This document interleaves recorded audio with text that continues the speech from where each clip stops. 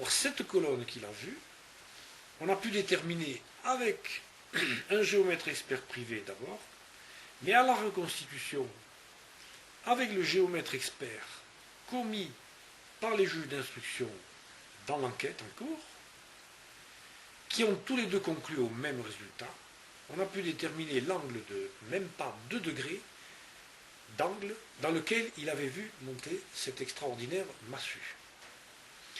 Et on s'aperçoit que là où il l'a vu, par recoupement avec d'autres témoignages qui sont absolument incontournables, l'endroit où il l'a vu ne peut être que la zone sud du bâtiment qui se trouve entre le sud du bâtiment 371 de SNPE et la structure qu'il y a autour du bâtiment 375. C'est par là, il y a un arbre aussi, bien connu dans l'affaire.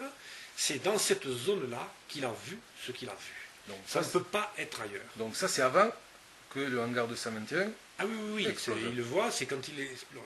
D'accord. Ce qu'il voit, c'est avant de recevoir l'onde de choc d'AZF, et vu la distance où il se trouve, c'est nécessairement avant, de toute façon. D'accord. Il y a une première explosion et une seconde.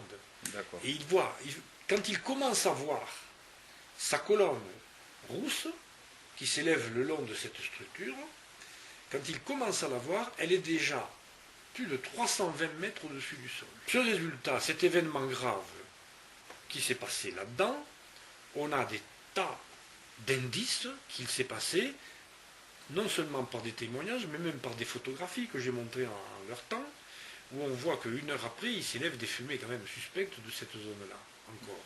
D'accord. Ces photographies, nous les avons montrées de longue date dans cette enquête. Donc, on a des tas d'indices qu'il s'est réellement passé quelque chose de grave à cet endroit-là, et il est impensable de continuer ce procès sans nous dire qu'est-ce qui s'est passé là, compte tenu d'un témoignage pareil. Voilà.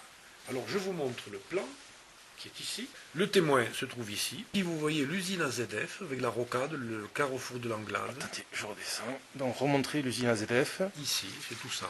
D'accord. Le hangar 221 est ici. D'accord. Et l'angle de vision de sa colonne de fumée par le témoin, c'est ce petit angle-là.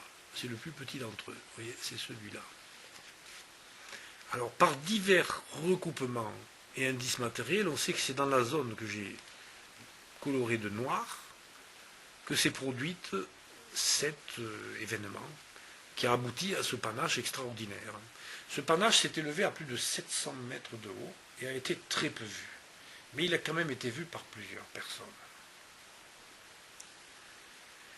Ici, vous avez une droite qui représente le bord gauche du bâtiment qui lui bouchait la vue sur AZF, ce qui veut dire qu'à gauche, dans toute cette zone, il était impossible aux témoins de voir quoi que ce soit d'AZF jusqu'à 800 mètres de hauteur au-dessus du hangar 221.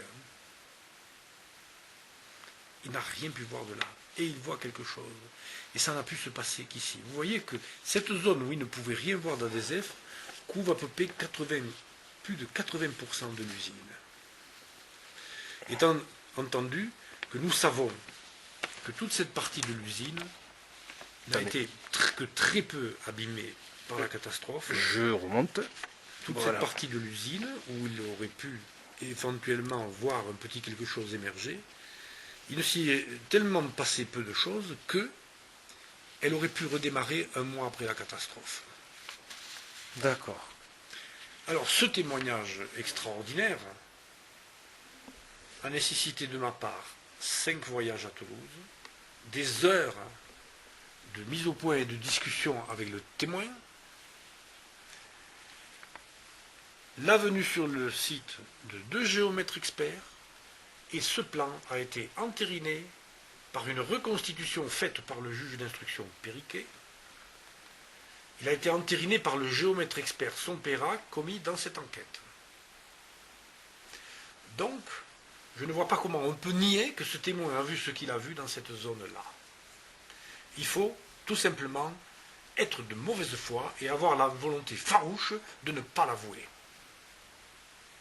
C'est obligatoire. Je tenais à le montrer. Je signale quand même que ce témoin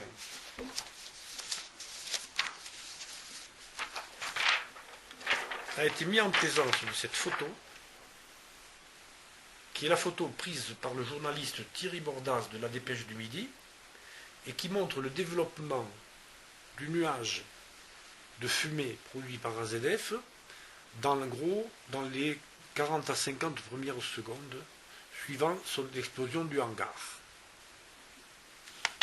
Nous avons montré ça aux témoins et vous pouvez lire, c'est signé de lui, que ce qu'il a vu n'a rien à voir avec ça.